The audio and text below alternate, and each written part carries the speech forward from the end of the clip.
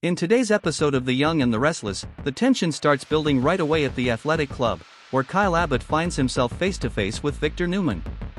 Kyle doesn't hold back. He looks at Victor and questions him directly, asking why he isn't proud of himself for driving a wedge between Jack Abbott and Diane Jenkins.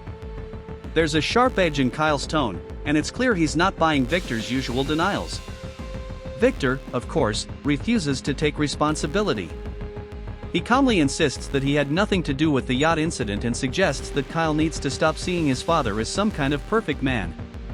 But Kyle isn't in the mood to back down. In fact, things escalate quickly.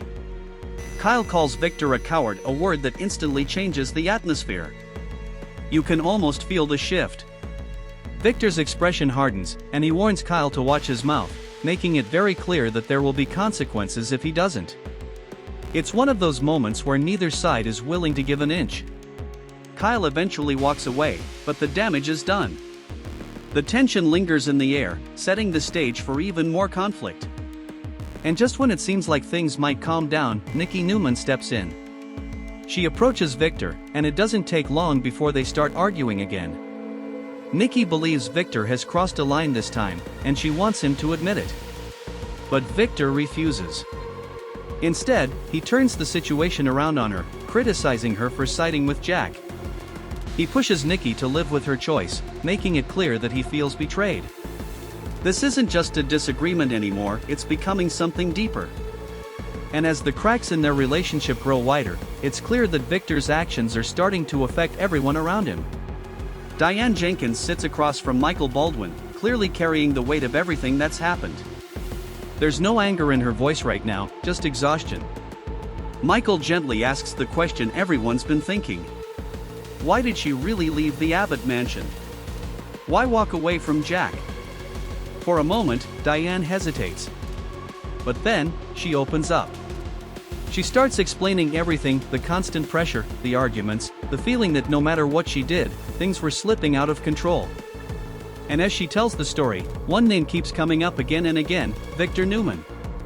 In Diane's eyes, Victor didn't just interfere, he destroyed something important. She believes he pushed her marriage to the breaking point. Michael listens carefully. He doesn't interrupt. He knows this isn't just about facts, it's about feelings. When Diane finally finishes, she looks at him and asks something much more personal. How can he still stand by Victor after all of this? It's not an accusation, but it's close. Michael takes a breath before answering. He doesn't deny that things have gotten messy. He doesn't pretend Victor is innocent either. But at the same time, he reminds Diane of something she might not be ready to hear. Love doesn't just disappear. Even when things fall apart, even when people make mistakes, there's always a path forward if both people are willing to take it. But Diane isn't convinced. Right now, she's too hurt. Too disappointed. The idea of forgiveness feels far away, maybe even impossible.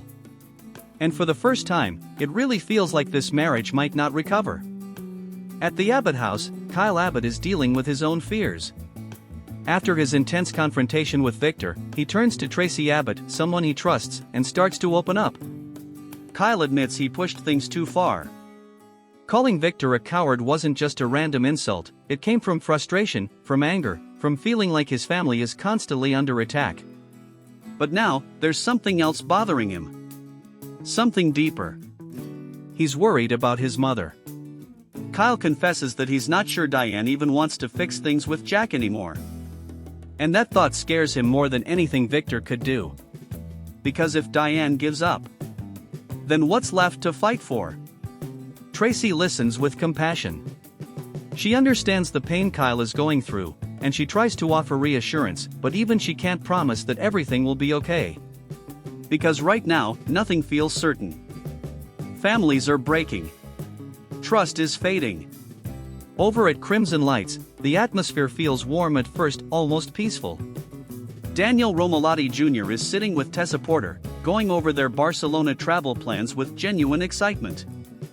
He talks about the places they'll visit, the experiences they'll share, and for a moment, it feels like a fresh start.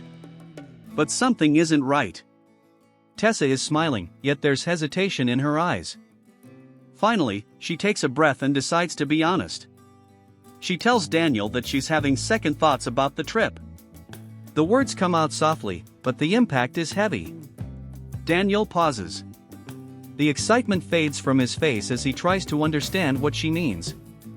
Tessa explains that with everything going on, she doesn't feel comfortable leaving. Her priority right now is Mariah. She wants to be there in case Mariah Copeland needs her emotionally, mentally, in any way. And deep down, she knows she wouldn't be able to enjoy the trip while worrying about that. It's not an easy decision. And it's definitely not easy to say out loud. Daniel listens quietly. There's disappointment, sure, but there's also understanding.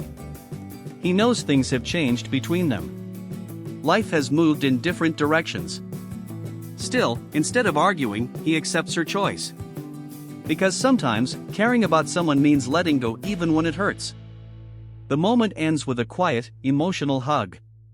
No drama. No anger. Just two people realizing that things aren't the same anymore. But that quiet moment doesn't stay private for long. Phyllis Summers happens to notice the interaction. And immediately, her curiosity kicks in. As soon as Tessa leaves, Phyllis approaches Daniel, clearly interested in what's going on in his personal life. She starts asking questions, pushing for answers, trying to insert herself back into his world. But Daniel isn't having it. Not this time. He shuts her down quickly and firmly. Daniel tells Phyllis that she lost the right to be involved in his life the moment she chose power over family. His voice is controlled, but the pain underneath is impossible to miss. This isn't just frustration. This is resentment that's been building for a long time. Phyllis, however, doesn't back off. She tries to make things better in the only way she knows how, by offering him a position at Summers' conglomerate. A fresh opportunity. A way back in. But Daniel refuses. Without hesitation. He tells her they don't even need a reason to stay connected anymore. As far as he's concerned, there's no real relationship left between them. Unless she's willing to walk away from the Newman empire. That's the condition. And it hits harder than anything else he said. Because Phyllis knows exactly what that would mean. From a distance, Lauren Fenmore Baldwin notices the tension. She watches as everything unfolds and quickly realizes how serious the situation is. After Daniel walks away, Lauren steps in to comfort Phyllis. For the first time, Phyllis starts to see the truth. If she keeps chasing power, she might lose her son forever. And that's a price even she may not be ready to pay. But the question is, will she actually change? Or is it already too late? As emotions continue to rise across Genoa City, one thing becomes clear. Now the story shifts to Las Vegas, and this is where everything takes a dark and dangerous turn. Adam Newman is clearly on edge. Something feels wrong, and he can't shake the feeling that Nick Newman is in serious trouble. His instincts are kicking in, and time is starting to run out. Desperate for answers, Adam turns to Reza Thompson.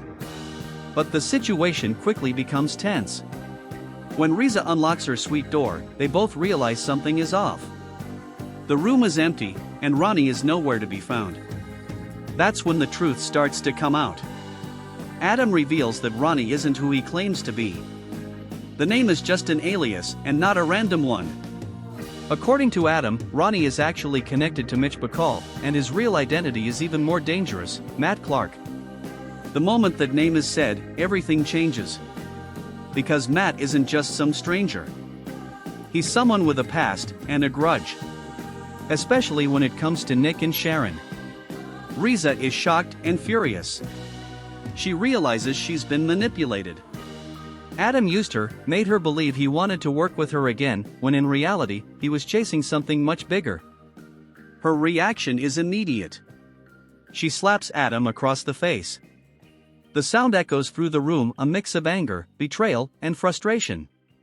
And just as she's about to strike again, Adam grabs her arm to stop her. This time, his tone is different. More urgent. More serious. He tells her to forget everything else, because right now, Nick's life is on the line. He needs her help. And whether she likes it or not, she might be the only one who can lead him to the truth.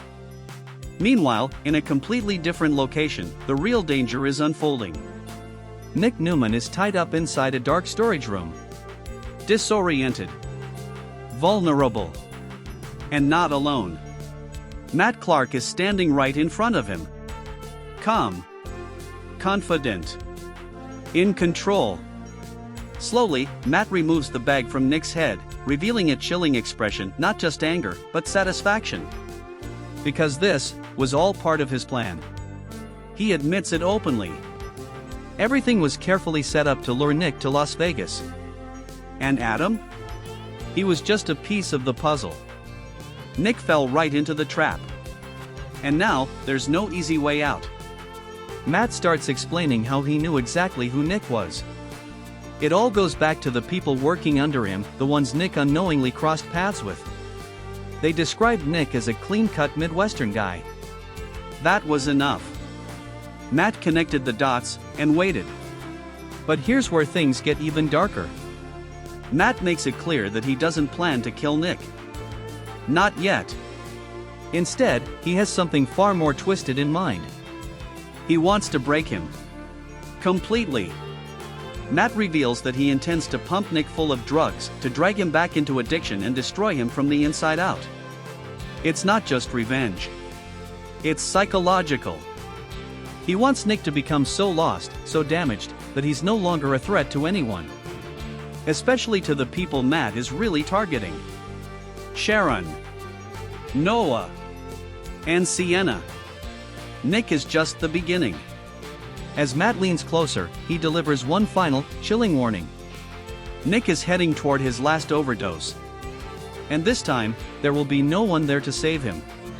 At this point, the stakes couldn't be higher. Nick's life is hanging by a thread. Adam is racing against time. And somewhere in Vegas, a deadly plan is already in motion. The only question now is, will anyone reach Nick before it's too late? As the episode moves toward its final moments, everything begins to collide. In Las Vegas, the danger surrounding Nick Newman is no longer just a threat, it's a ticking clock. Back at the suite, Adam Newman is running out of patience. He knows every second matters now. After everything that's been revealed, there's no doubt left in his mind, Nick is in serious, immediate danger. And if they don't act fast, the consequences could be permanent. Reza Thompson is still shaken.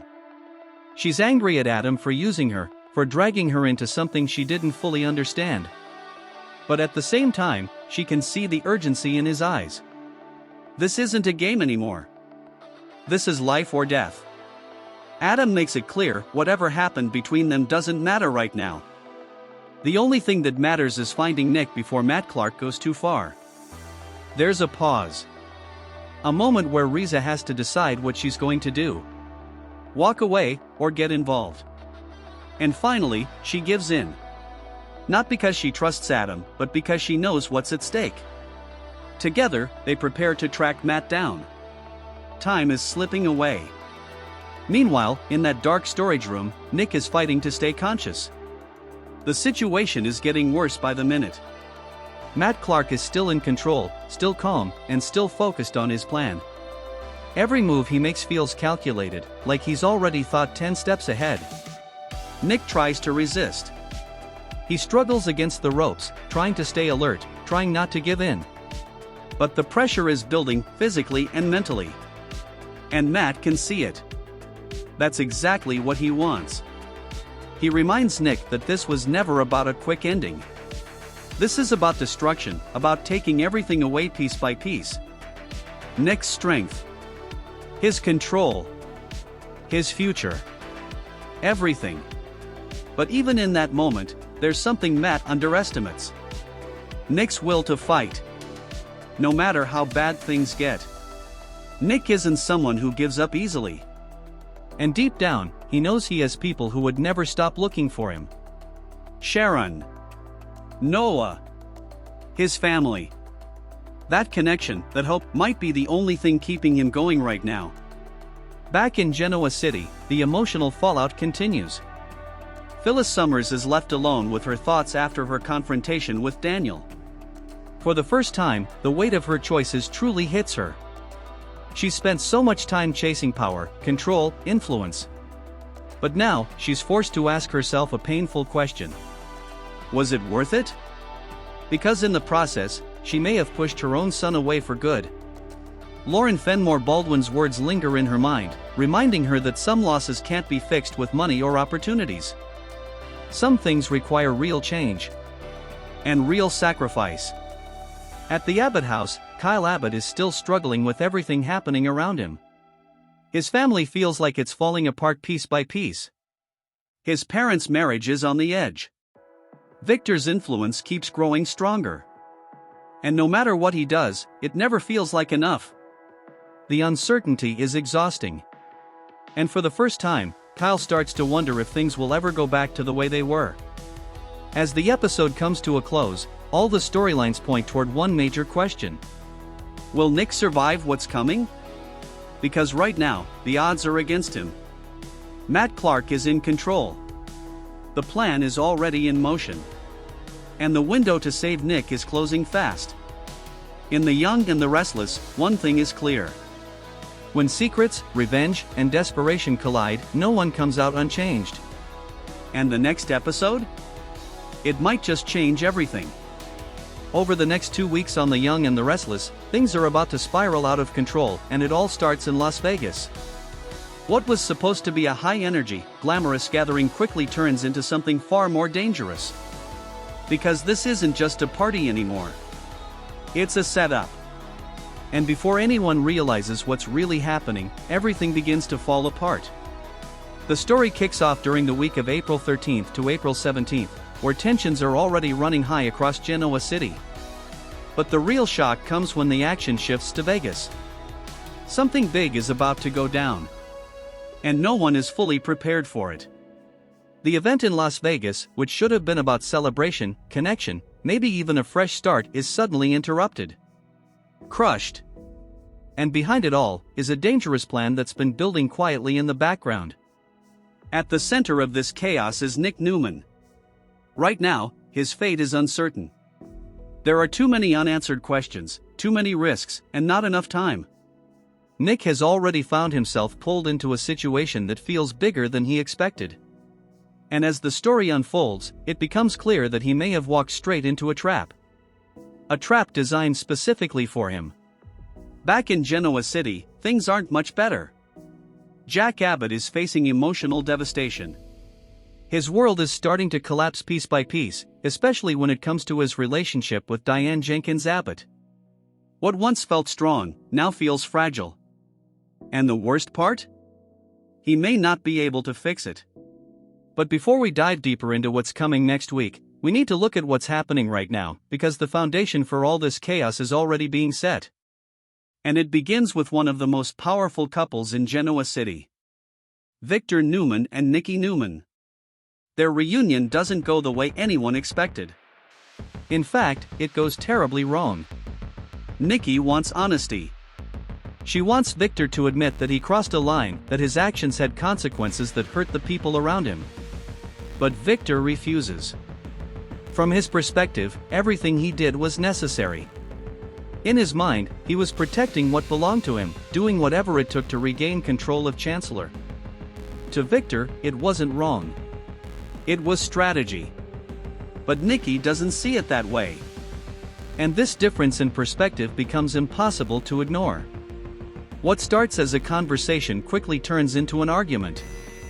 Then into something deeper. More personal. More painful. Because this isn't just about business anymore. It's about trust. Respect. And the kind of choices that can change a relationship forever. As their argument escalates, it becomes clear that this isn't something that can be easily fixed. The attempt at reconciliation completely falls apart. And instead of coming closer together, Victor and Nikki are pushed even further apart. And if that wasn't enough, this emotional fallout is just the beginning. Because as their relationship breaks down, it starts to affect everyone else around them. The storm is building. Vegas is about to explode. And Nick Newman may be caught right in the middle of it all. As the drama continues on The Young and the Restless, the emotional damage from Victor and Nikki's explosive clash begins to spread across Genoa City. And this time, Jack Abbott is right at the center of it. After the failed reunion, Victor Newman doesn't back down. Not even a little. In fact, if anything, he becomes more determined. In his mind, he didn't lose anything, he simply made a necessary move. And now, he's ready to deal with the consequences, his way. But those consequences hit harder than expected. Because Nikki Newman isn't willing to just let this go. She's hurt. Disappointed. And more than anything, she's tired of Victor always choosing control over everything else. And that frustration starts to show. Meanwhile, Jack Abbott is dealing with a completely different kind of pain. The kind that doesn't come from enemies, but from love. His relationship with Diane Jenkins Abbott is hanging by a thread.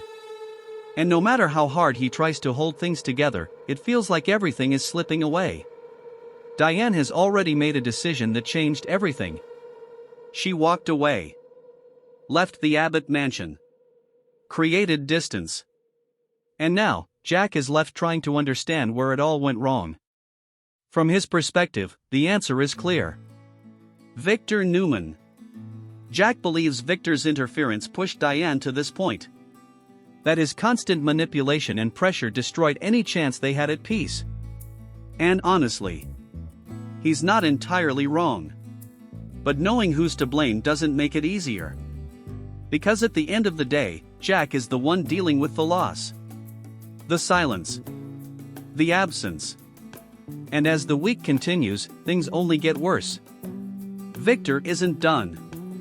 In fact, he takes things even further, delivering what can only be described as a crushing blow to Jack. It's the kind of move that feels personal, calculated, and deeply painful. Jack tries to stay strong. But even he has limits. And for the first time in a long while, he starts to feel truly overwhelmed. That's when he turns to someone unexpected for support. Nikki Newman. Despite everything going on between her and Victor, Nikki becomes a source of comfort for Jack. She understands the emotional toll of Victor's actions better than anyone.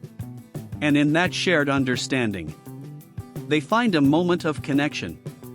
But this connection is complicated. Because Nikki is still married to Victor. And Jack is still trying to fix what's left of his marriage with Diane.